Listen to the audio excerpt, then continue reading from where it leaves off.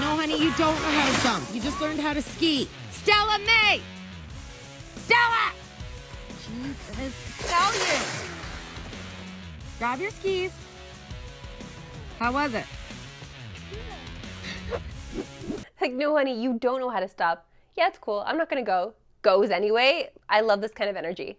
This is Sportscentre. Hey, Mercer, but on the content gift the Edmonton Oilers continues to give.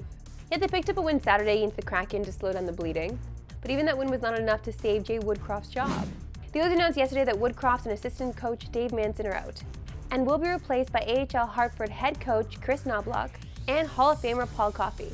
This will be Knoblauch's first ever time as an NHL head coach. He spent a ton of time as bench boss in juniors and the AHL though, including his last 5 seasons as head coach in Hartford.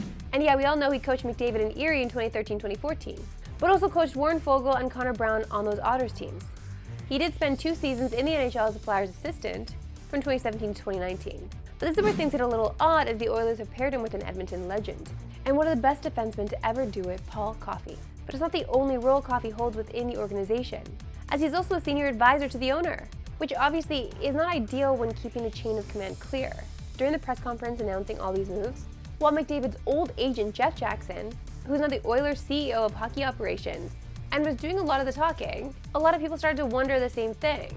Is Connor McDavid the GM of the Oilers? Seriously though, they've hired his old agent to run the show, brought in his bestie Connor Brown as the offseason addition, and they just anointed his junior coach, who has 0 head coaching experience in the NHL, as their new bench boss.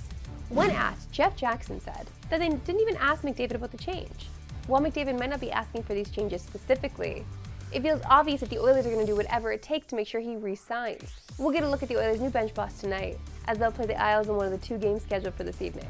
And that's not the most exciting thing happening tonight though, as the 2023 Hall of Fame class officially gets inducted into the Hall of Fame. Henrik Lundqvist, Caroline Ouellet, Tom Barrasso, Pierre Turgeon, and Mike Vernon are all getting the call to the Hall tonight, which delights me to no end because this is a very NHL goalie-heavy induction. It's going to be great. And you can watch the 2023 Hockey Hall of Fame induction ceremony tonight on TSN.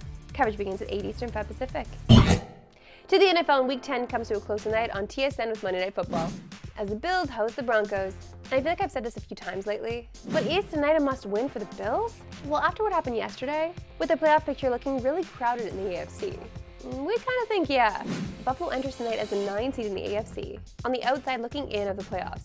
And a loss tonight will drop them even further down the standings and make the playoffs seem far-fetched. Tonight will be the 3rd straight primetime game for the Bills, going back to Week 8's win over Tampa.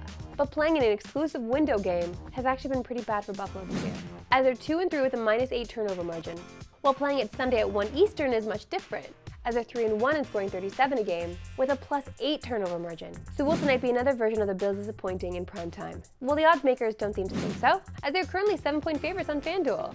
Like any Bills game, all the talk tonight will be about Josh Allen, as he's arguably the most polarizing player in the NFL. Because as you can see from this graphic, the highs are high, but so are the turnovers. He's thrown a pick in 5 straight games, which is the longest streak of his career. But he's also the king of the bounce back, as Allen is 21-5 after coming off a loss in his career.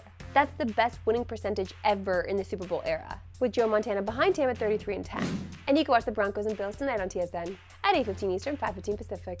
But coverage begins all the way at 6 Eastern with Monday Night Countdown.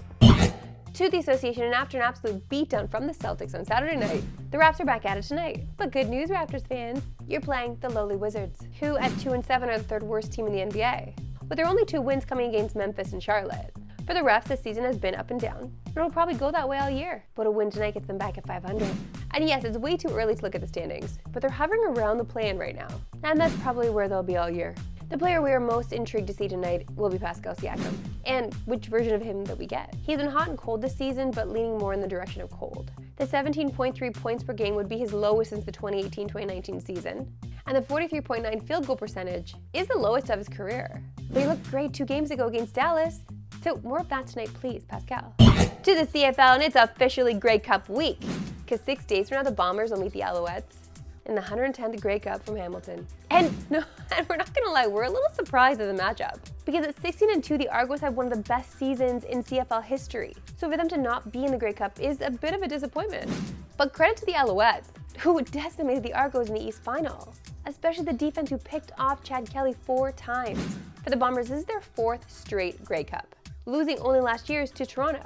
To no one's surprise, though, the Bombers are pretty big favorites at 7.5 points. And you can watch the 110th Grey Cup Sunday on TSN at 6 Eastern, 3 Pacific. But the pregame starts nice and early at 1 Eastern. I'm going to be heading to Media Day Wednesday. Digital Sportscentre will be from Tim Hortons Field Thursday, Friday. There's going to be so much stuff going on. And keep an eye on TSN socials for just so much content that we're going to be giving you from the awards, FanFest. It's going to be an amazing time. That's all for today. We'll see you back tomorrow, 3 Eastern, no Pacific. Have a good one.